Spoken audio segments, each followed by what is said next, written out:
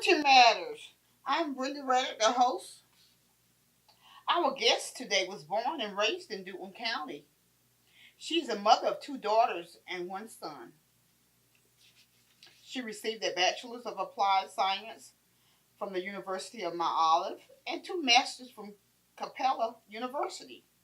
One of her masters are in human services, specializing in counseling studies. The other in school counseling. She has also worked as a workforce investment manager, employment consultant, and today as a middle school counselor. And this we are very excited about. She's very passionate about educating children on properly handling life situations and exposing them to the world outside of their current situation. She has touched many lives in her 14 years in the school system and continues to do so. Our guest today, Miss Teresa Dixon. Welcome, Miss Dixon. Thank you for having me. It's an honor to be here. Miss Dixon, I just wanted to make the parents more comfortable with middle school testing. Let's talk about that. Okay, with middle school testing, it can be mind-boggling for the kids, and it can cause them to be a little nervous. Some kids test better than others, but it's best to make sure your student has a good night's sleep, a good breakfast. There is no fussing going on in the house. In the morning when they get up, make sure their clothes are ready, because perception is everything for a middle schooler. If they can't wear their favorite pair of red jeans today, it ruins their whole day. Okay. That includes testing and all. So it's very important that you pay attention to things of that nature. What would you say would be a decent time for them to be in bed the night before? The testing, I would say 9, but just a general night, 9:30. Okay. So, what would you say would be some goals that parents need to set with their children in middle school? Communication. Make sure they have an open line of communication. Make it a habit to have a good line of communication with your student. This is the only way you're going to find out what's going on with them. Make sure you're checking their technology, their cell phones, their computers, their iPads. A lot of things are happening there, and it spills over into the school day. Okay. With the pandemic just passing by us, how can we keep our children on track as far as their studies? I would invest in a tutor if I could. If not, most schools have a tutor that's free, and they can join for middle school. They can join through James Front. It's called a program. It's a program called Talent Search, and it is free. It's a federally funded program, and they just complete an application. They're put into the program and just sign a permission slip, and they start getting tutoring on every Tuesday and Thursday at their schools. Wow, that's fantastic. What about, do they have transportation for that as well? They do not. Parents are to pick their student up from 3:15 to 5:15. It's the tutoring hours on Tuesdays and Thursdays. Parents are expected to be there at 5:15. Okay. So this is set for prior to them signing up. They know about this arrangement. They have to sign paperwork stating that they will be there to pick their student up. And if not, they will be removed from the program if it happens more than twice. Wow. But that's still a fantastic It's a program. fantastic I program. can remember my children being involved in Talent Search years ago. It is an awesome program. It takes them on educational field trips. Everything is free. All they have to do is show up with spending money if they desire to have spending money. But all of their meals are taken care of. The hotel, they get to go to a college campus, and go to an amusement park. Wow. And all of it is free. I don't know if they It's did awesome. all of that. I think they had one trip back in the day. I think they went to Atlanta, but I don't think they did, a lot of stuff like you're talking about now. So that's great. They do Atlanta, Florida, and where else did they go? Raleigh. They do a lot of overnight trips for the kids. In the summer, they can get paid to come to summer camp. Really? Yes. Well, that's So new, that is isn't it? a yes, ma'am. And so, because the numbers kind of dwindled, so they had to think of, get creative. So it's an incentive to get the kids out of the house, learn some new skill sets, things of that nature.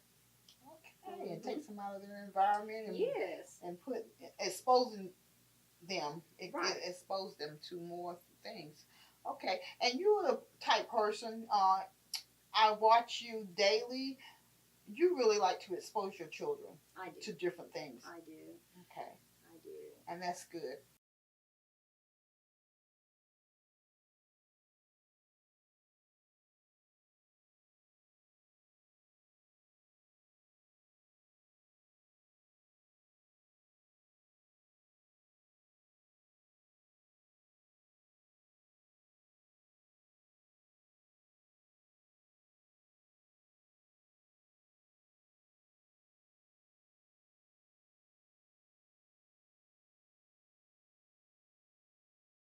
Need a tutor? Hello, I'm Nicole Murphy, and I'm hosting a tutoring session for grades K through 3rd on Tuesdays and Thursday, weekly after school. It will be a pleasure to assist your child one-on-one on subjects such as reading, math, writing skills, and more. My goal as a tutor is to build your child's confidence, self-esteem, work habits, and motivate our youth to succeed. If interested, don't hesitate to call or text Nicole Murphy at 910-379-3195. I am looking forward to hearing from you. Better our future, one child at a time.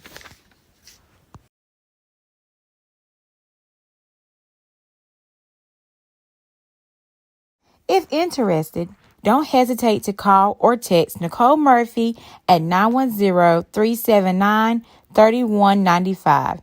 That's 910-379-3195. I am looking forward to hearing from you, bettering our future one child at a time.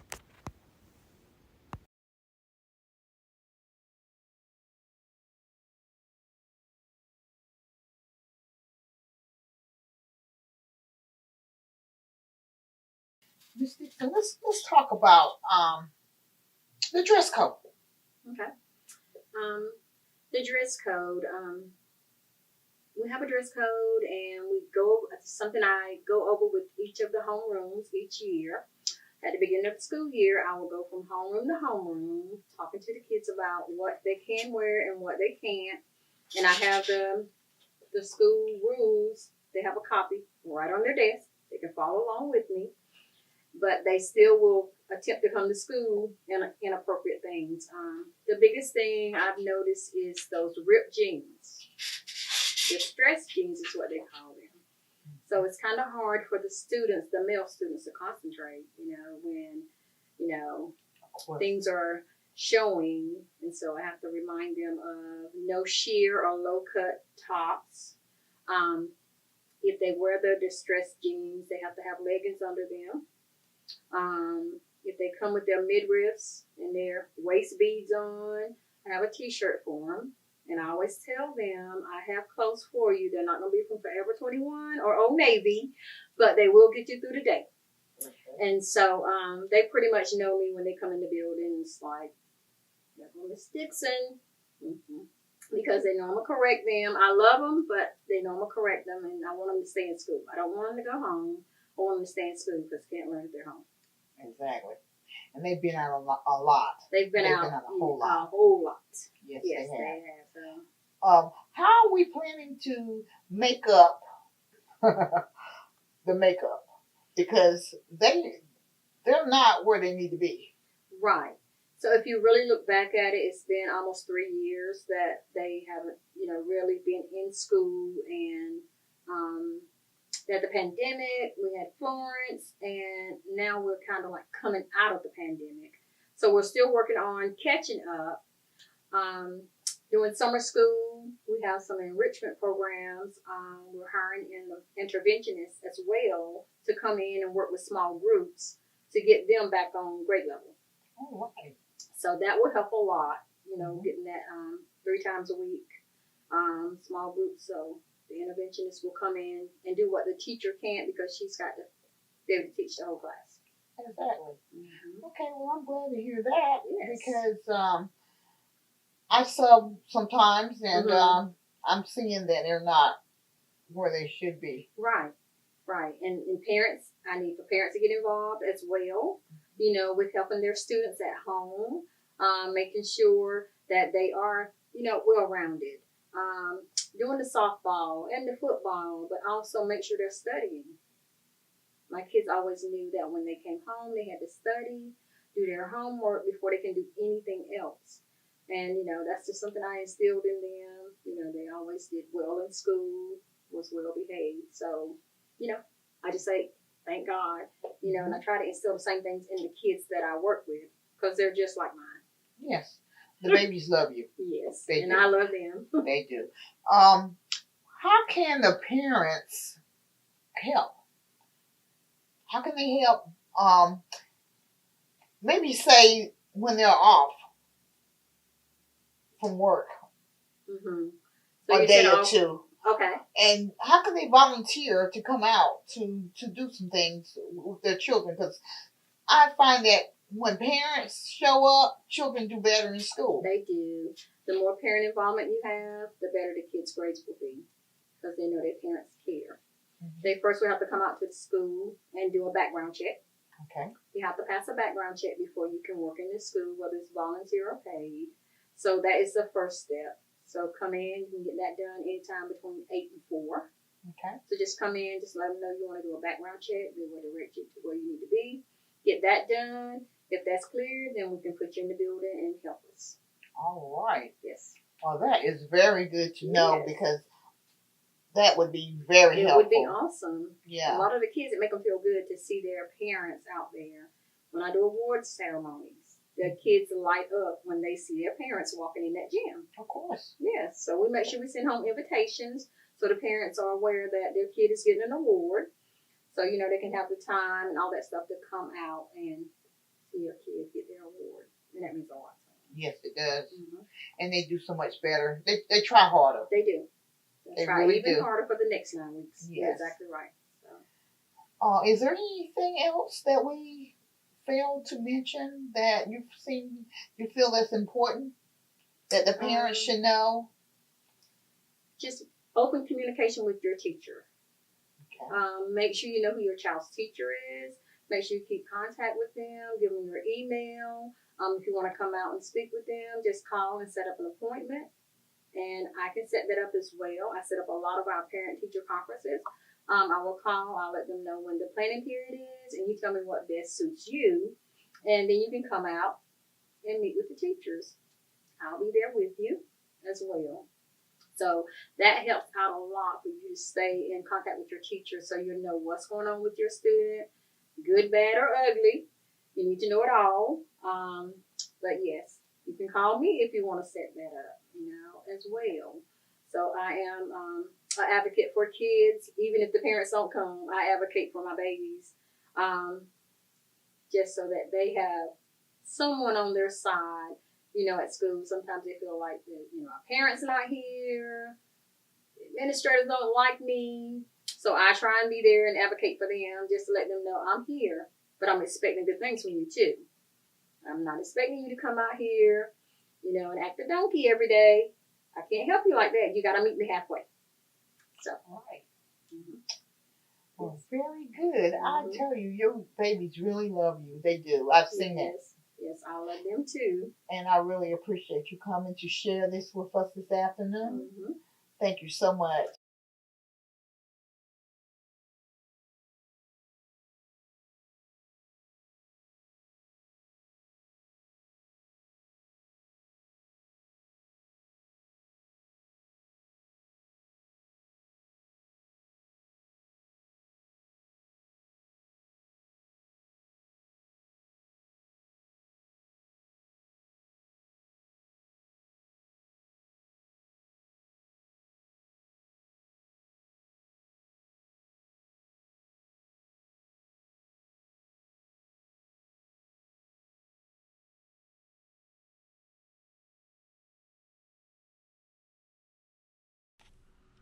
Hello, my name is Tamika Robinson, and I am the owner of 810 Studios.